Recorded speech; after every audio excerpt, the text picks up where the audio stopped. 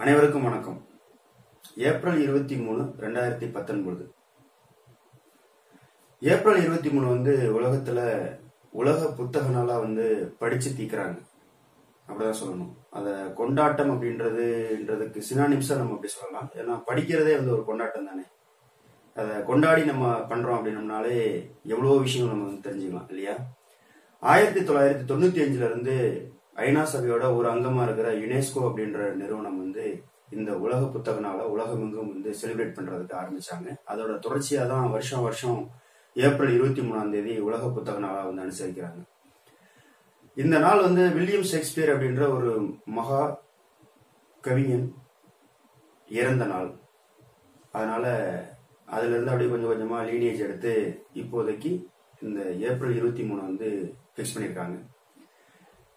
So எப்படி இருந்தாலும் இந்த புத்தகங்கள் அப்படின்னு புத்தகங்கள் பத்தி பேசணும் அப்படின்னா நிறைய பேசலாம். பேசுறதுக்கு நிறைய விஷயங்கள் இருக்கு. ஏன்னா இந்த விஷயங்கள் எல்லாமே புத்தகத்துல தானே இருக்கு. அதாவது இந்த புத்தகம் அப்படின்னா இன்னைக்கு நம்ம பாக்குற ஒரு காகிதத்தாலான புத்தகங்கள் அது மட்டும் கிடையாது. புத்தகங்கள் அப்படின்றது ஓலைச்சுவடியில இருந்து அதோட வரலாறு ஆரம்பிக்குது. எப்படி மனிதன் தன்னோட சிந்தனைகளை ஓலைச்சுவடியில எழுதி வச்சிருக்கானோ, ஸோ ஆதி காலத்துல பாக்கணும்னா எழுதி வைக்கிறாங்க. அதுக்கப்புறம் பாக்கணும்னா காகிதம் அப்படின்றத தயார் பண்றத சைனால கண்டுபிடிக்கிறாங்க. ரொம்ப நாளா அதை சீக்கிரட்டா வச்சிருந்தாங்க. அதுக்கப்புறம் மற்ற நாடுகளுக்கு தெரிய ஆரம்பிக்குது. அதனால காகிதத்தாலான அந்த இதெல்லாம் செஞ்சு அதுல தன்னோட குறிப்புகளை எழுதி வைக்கிறாங்க. இந்த ஓலைச்சுவடிகளுக்கு முன்னாடி பாக்கணும்னா கல்வெட்டுகள் பண்ணியிருந்தாங்க. ஸோ நிறைய தன்னோட விஷயங்கள், அது ஒரு அரசன் அப்படின்றவன் தன்னோட மக்களுக்கு ப்ரீச் பண்றதுக்கு அல்லது மக்கள் கூட தொடர்புல இருக்கிறதுக்கு கல்வெட்டுகளை பயன்படுத்துறாங்க. ஒரு வகையில பாக்குறோம் அப்படின்னா இவைகள் எல்லாமே புத்தகங்களோட முன்னோடி தான். தன்னோட நினைச்ச கருத்துக்களை எழுத்து வடிவத்திலையும் பாடல் வடிவத்திலையும் அந்த எழுத்து வடிவங்கள்லாம் சேர்ந்து ஒரு வாக்கியமாச்சு. அந்த வாக்கியங்கள்லாம் சேர்ந்து ஒரு உரைநடையா மாறிச்சு. அப்படி இருந்தாலுமே பாடல் வடிவத்திலையும் இந்த மாதிரி ஒரு உரைநடை வடிவத்திலையும் ஒரு ஜெனரேஷன், ஒரு தலைமுறையில இருந்து மற்றொரு தலைமுறைக்கு இந்த அறிவு அப்படின்றது எடுத்து செல்லப்பட்டது அப்படின்றது இந்த எழுத்துக்களாலையும் அந்த எழுத்துக்களால் நிரப்பப்பட்ட புத்தகங்களாலையும் தான். மனிதனுக்கும் விலங்குகளுக்கும் என்ன வித்தியாசம் அப்படின்னா, அதாவது கல்வி அறிவு அப்படின்ற ஒரு விஷயம் தான். அதாவது நமக்கு கல்வி அறிவு அப்படின்னா அது ஜஸ்ட் படிக்கிறது மட்டும் கிடையாது, அனுபவ குவியல்கள் அப்படின்ற மாதிரி நம்ம சொல்லலாம். இந்த ஒவ்வொரு உயிரினங்களுக்கும் தனக்குன்னு சொல்லிட்டு ஒரு அனுபவங்கள் இருக்கும். அந்த அனுபவங்களை அடுத்த தலைமுறைக்கு சொல்ல முடியாம போயிடும் இந்த விலங்கினங்களால். அதனாலதான் பாக்குறோம் அப்படின்னா ஒரு பூனைக்குட்டி பிறக்குது அப்படின்னா அல்லது ஒரு கரடிக்குட்டி பிறக்குது அப்படின்னா அது புதுசா பாக்குறோம்னா அது கத்து கொடுத்துட்டு இருக்கும். அந்த எல்லைகளை பத்தி கத்து கொடுத்துக்குவோம். அதே மாதிரி வேட்டையாடுதல் அப்படின்றத பத்தி கத்து கொடுக்கும். அதே மாதிரி ஒவ்வொரு ஜெனரேஷனும் பாக்கணும் அதே விஷயத்த தான் கத்து கொடுத்துட்டு இருக்கும். ஏன்னா அது எபிஜெனடிக் மெமரின்னு சொல்லக்கூடிய அளவு இருக்கிறது. அதாவது இன்பில்ட்டா சில மெமரிஸ் இருக்கும் இல்லையா. இப்ப பூனை அப்படின்றது எலி முன்னாடி போய் நின்றுச்சு அப்படின்னா அந்த எலி அப்படின்றது பயந்து ஓடும் இல்லையா. சோ அந்த எலிக்கு இன்பில்ட்டாவே பார்த்தோம்னா மரபணுல இந்த பூனையை பத்தினா அந்த பயம் அப்படின்றது ஒரு ஜெனட்டிக்காவே கோடிங் ஆயிருக்கு. அதான் நம்ம எபிஜெனடிக் மெமரி அப்படின்ற மாதிரி சொல்லுவோம். சோ இந்த மாதிரி பூனைகளுக்கு அல்லது கரடிகளோ பாக்குறோம்னா அந்த வேட்டையாடுதல் அந்த விஷயத்த புதுசா ஒரே விஷயத்த அந்த அடுத்தடுத்த தலைமுறைகள் அதே விஷயத்த தான் சொல்லி கொடுத்துட்டு இருக்கும். புதுசா எந்த ஒரு விஷயமும் இல்லாத இருக்கிறதுனாலதான் இந்த விலங்குகள் எல்லாமே விலங்குகளாவே இருக்கு. இதுல இருந்து வேறுபட்டு நிக்கிறதா பாக்குறோம்னா மனிதர்கள். இந்த மனிதர்கள் பாக்குறோம்னா தன்னோட அனுபவங்களை செதுக்கி வைக்கிறாங்க. முன்னாடி கல்வெட்டுல செதுக்கி வச்சாங்க, அதுக்கப்புறம் ஓலைச்சுவடி பயன்படுத்தினாங்க, அதுக்கப்புறம் காகிதங்கள் பயன்படுத்தினாங்க.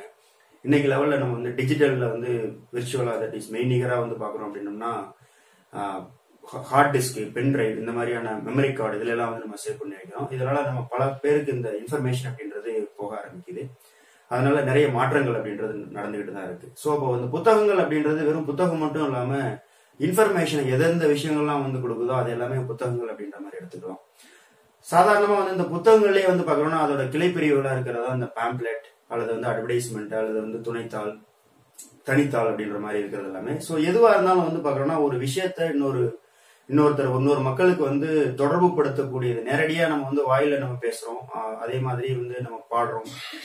பல பேர் பாக்குறோம்னா அதை கேட்கறாங்க, ஒரு கூட்டத்துல உரையாற்றுறோம். சோ அப்ப நேரடி தொடர்பு அப்படின்றது ஒரு ரெண்டு பேர் உயிரோட இருக்காங்க அப்படின்னா அவங்க ரெண்டு பேரும் நேரடியா சந்திச்சுக்கிட்டாங்கன்னா தான் இந்த ஒரு வாய்ப்பு அப்படின்றது கிடைக்கும். அந்த கருத்துக்களை வெளிப்படுத்த முடியும். ஆனா இதுக்கும் அப்பாற்பட்டு இரண்டு மனிதர்கள் வெவ்வேறு காலகட்டங்கள்ல வாழ்ந்தாலும் அந்த காலகட்டத்தை பத்தி அந்த மனிதர்களை பத்தி நம்ம படிப்பதற்கு ஒரு ஆதாரமா திகழ்றது அப்படின்றது இந்த புத்தகங்கள் தான்.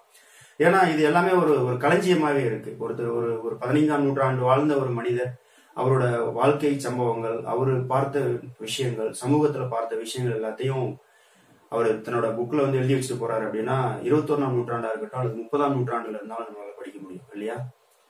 சோ திருவள்ளுவர் ஆண்டு நம்ம வெளியில எங்கேயுமே போக தேவையில்லை. புத்தகங்கள் அல்லது அறிவு களஞ்சியத்துக்கு வந்து பாக்குறோம்னா தமிழ்நாட்டுல அது மிக முக்கியமா திருவள்ளுவரையே வந்து பாக்குறோம் அப்படின்னு எடுத்துக்கலாம். சோ உலகத்துல இருக்கக்கூடிய அனைத்து கருத்துக்களும் வாழ்க்கையை வந்து எப்படி வாழணும் அப்படின்ற ஒரு வாழ்வியல் சிந்தனைகளால நிரம்பினதுதான் திருக்குறள். திருக்குறள் அவர் திருவள்ளுவர் வாழ்ந்த காலம் வந்து கிட்டத்தட்ட ஒரு 2000 வருஷத்துக்கு முன்னாடி வாழ்ந்திருக்கலாம்ன்ற மாதிரி கணிக்கிறாங்க. ஆனா இன்னமும் நம்மளால அறுதிட்டு கூற முடியல, உறுதியா சொல்ல முடியல. அப்படி இருந்தாலும் அவர் வாழ்ந்த காலகட்டங்கள்ல எப்படி வந்து ஒரு நாடு அப்படின்றது இருந்திருக்கு, எப்படி இருக்கணும், ஒரு நாடு அப்படின்னா எந்த மாதிரி இருக்கணும், ஒரு தனி மனிதன் அப்படின்றவன் எந்த மாதிரி இருக்கணும், அவனுக்கு உண்டான கடமைகள் வந்து என்ன அப்படின்ற எல்லா விஷயத்தையும் அவர் ஓலைச்சுவடியில் எழுதி வச்சுட்டு போனதுனாலதான் இன்னைக்கு நம்மளால இந்த திருக்குறள் அப்படின்ற ஒரு அரிய பொக்கிஷத்தை நம்மளால பார்க்க முடியுது, அதை படிக்க முடியுது, அதோட கருத்துக்களை நம்மளால தெரிஞ்சுக்க முடியுது இல்லையா? மிகப்பெரிய வாழ்வியல் சாதனையாளர்னு சொல்லக்கூடிய அப்துல் கலாம் ஐயாவா இருக்கட்டும், அல்லது வந்து ஒரு சர் ராமனா இருக்கட்டும், அல்லது ரவீந்திரநாத் தாகூர் அவரா இருக்கட்டும், இந்த மாதிரி பெரிய பெரிய பேரறிஞர்கள் எல்லாமே வந்து பாக்குறோம்னா புத்தகங்களாலதான் வந்து பார்த்தோம்னா இருந்திருக்காங்க. அது எந்த ஒரு துறையா இருக்கட்டும், மருத்துவத்துறை, விஞ்ஞானத்துறை, பொறியியல் துறை, இந்த மாதிரி கலைத்துறை, தொல்பொருள் துறை, எந்த ஒரு துறைகளா இருந்தாலுமே அவங்களுக்கான அந்த அடிப்படை ஆதாரம் அப்படின்றது புத்தகங்கள் தான். அதனாலதான் நிறைய பழமொழிகள் வந்து புத்தகங்களை பத்தி நிறைய இருக்கு. அதாவது நீ வந்து உன்னோட நண்பர்களை வந்து சொல்லு, உன்னை பத்தி சொல்றேன், நீ படிக்கிற புத்தகங்களை பத்தி சொல்லு, உன்னை பத்தி சொல்றேன். ஒரு புத்தகம் அப்படின்றது 1000 நண்பர்களுக்கு வந்து இணையானது. ஒரு புத்தகங்களை படிக்கிறோம் அப்படின்னோம்னா ஒரு ஒரு ஒரு மிகப்பெரிய நண்பர்கள் கூட்டத்தையே நம்ம வந்து வச்சுக்கிட்ட மாதிரி. சோ ஒரு புத்தகம் அப்படின்றது ஒரு வாழ்க்கையில இருக்கக்கூடிய ஒரு ஒளிவிளக்கு மாதிரி, எப்பயுமே அது நம்மளை கைட் பண்ணும் அப்படின்ற மாதிரி நிறைய பழமொழிகள் அப்படின்றது இந்த புத்தகங்களை பத்தி இருக்கு. அது இல்லாம உண்மையும் கூட. இந்த புத்தகங்கள் அப்படின்னா நான் சொல்றது வந்து பேப்பரால் அல்லது தாள்களாலான புத்தகங்கள் மட்டுமே கிடையாது. நான் சொல்றது வந்து இன்ஃபர்மேஷன் கொடுக்குற எல்லாமே வந்து பாக்குறோம்னா புத்தகமாக தான் நம்ம கன்சிடர் பண்ண கருத வேண்டும். ஏன்னா எப்படி வந்து பரிணாம வளர்ச்சியில உயிரினங்கள் எல்லாமே அமீபாவில இருந்து மனிதன் வரைக்கும் வந்து பாத்தீங்கன்னா அமீபா, அதுக்கப்புறம் வந்து மீன்கள், இருவாழ்விகள், அதுக்கப்புறம் ஊர்வனை, அதுக்கப்புறம் பரப்பனை, 4 கால் விலங்குகள், 2 கால் விலங்குகள், மனித குரங்கு, மனிதன் அப்படின்ற மாதிரி பரிணாம வளர்ச்சியில வந்து வரிசையா வந்துச்சோ, இதே மாதிரிதான் புத்தகங்களும் வந்து பாக்குறோம்னா முதல்ல வந்து ஒரு மொழி அப்படின்றதுக்கான அடிப்படை ஆதாரம் வந்து ஒளி. அந்த ஒளி வந்து பாக்குறோம்னா அந்த ஒளிக்கான ஒரு வடிவம் தான் வந்து பாக்குறோம்னா எழுத்து. அந்த எழுத்துக்கள் எல்லாம் சேர்ந்ததுதான் ஒரு வாக்கியம். இந்த வாக்கியங்கள்லாம் சேர்ந்ததுதான் ஒரு உரைநடை. இந்த உரைநடைகள் நிறைய சேர்ந்ததுதான் வந்து பாக்குறோம்னா கட்டுரை. இந்த கட்டுரைகள் நிறைய சேர்ந்ததுதான் வந்து பாக்குறோம்னா புத்தகங்கள். இந்த புத்தகங்கள் வந்துட்டு ஒவ்வொருத்தரோட வாழ்க்கையிலையும் வந்துட்டு எந்த அளவுக்கு மாற்றங்களை கொண்டு வந்திருக்கு அப்படின்னு சொல்லி தெரிய தேவையில்லை. அது வந்து இந்த காணொலியை பார்த்துட்டு இருக்கவங்க ஒவ்வொருத்தருமே ஒரு எக்ஸாம்பிள் தான், ஒரு எடுத்துக்காட்டு தான். உங்களுடைய முன்னாள், அதாவது அப்பா அம்மா, தாத்தா பாட்டி, அவங்களோட சூழல் அப்படின்றத எடுத்துக்கங்க. இப்போ உங்களோட சூழல் எடுத்துக்கங்க. கண்டிப்பா உங்களோட சூழல் அப்படின்றது அவங்களை காட்டிலும் வந்து ஒரு மெய்யறிவு ரீதியா வந்து பார்க்கணும் அப்படின்னா அதிகமா தான் இருக்கும். அதுக்கு காரணங்கள் வந்து நீங்க படிச்ச புத்தகங்கள் தான். கண்டிப்பா அந்த புத்தகத்தை பத்தி பேசணும்னா எவ்வளவோ பேசிட்டு போகலாம், நிறைய பேசலாம்.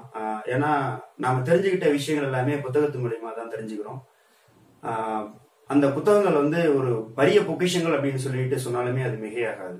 ஏன்னா நாம பார்க்கிற ஒரு நாடுகளா இருக்கட்டும், ஒரு விஞ்ஞான ரீதியா வந்து வளர்ந்த நாடுகளா இருக்கட்டும், அல்லது ஒரு தனி மனிதர்களா வந்து இருக்கட்டும், கண்டிப்பா வந்து ஒரு அறிவு அப்படின்ற ஒரு விஷயத்தை தான் வந்து அடிப்படையாக இருக்கும். அந்த அறிவை வந்து ஒரு தலைமுறையில இருந்து மற்றொரு தலைமுறைக்கு கடத்துறது அப்படின்றது புத்தகத்தை விட்டா வேற யாரு இல்லையா? புத்தகங்களை நேசிப்போம், சுவாசிப்போம், தினமும் வாசிப்போம். ஏப்ரல் 23ஆம் தேதி மட்டும்தான் வந்து உலக புத்தக நாள் அப்படின்றது கிடையாது. ஒவ்வொரு நாளும் வந்து பாக்குறோம்னா புத்தாக்க நாளா தான் இருக்கணும். அது கண்டிப்பா புத்தக நாளா தான் இருக்கணும். தினமும் குறைஞ்சதை வந்து பாக்குறோம்னா ஒரு அரை மணி துளியாவது வந்து பாக்குறோம்னா அதை வாசிக்கிற ஒரு பழக்கத்தை வந்து வச்சுக்கிட்டோம் அப்படின்னா, எப்படி வந்து உணவு வந்து பாக்குறோம்னா உடலை வந்து செம்மைப்படுத்த, உணவு அப்படின்றது நம்மளோட உடலோட வளர்ச்சிக்கு காரணமா இருக்கோ, அதே மாதிரிதான் மனதோட வளர்ச்சிக்கு, மனதோட ஒரு செம்மைத்தன்மைக்கு, ஒரு நல்ல ஒரு ஆரோக்கியமான மனதிற்கு கண்டிப்பா புத்தகங்கள் அப்படின்றது வந்து அவசியம். புத்தகங்களை நேசிப்போம், புத்தகங்களை படிப்போம், புத்தகங்களை கொண்டாடுவோம், நல்லுலகை படைப்போம். நன்றி.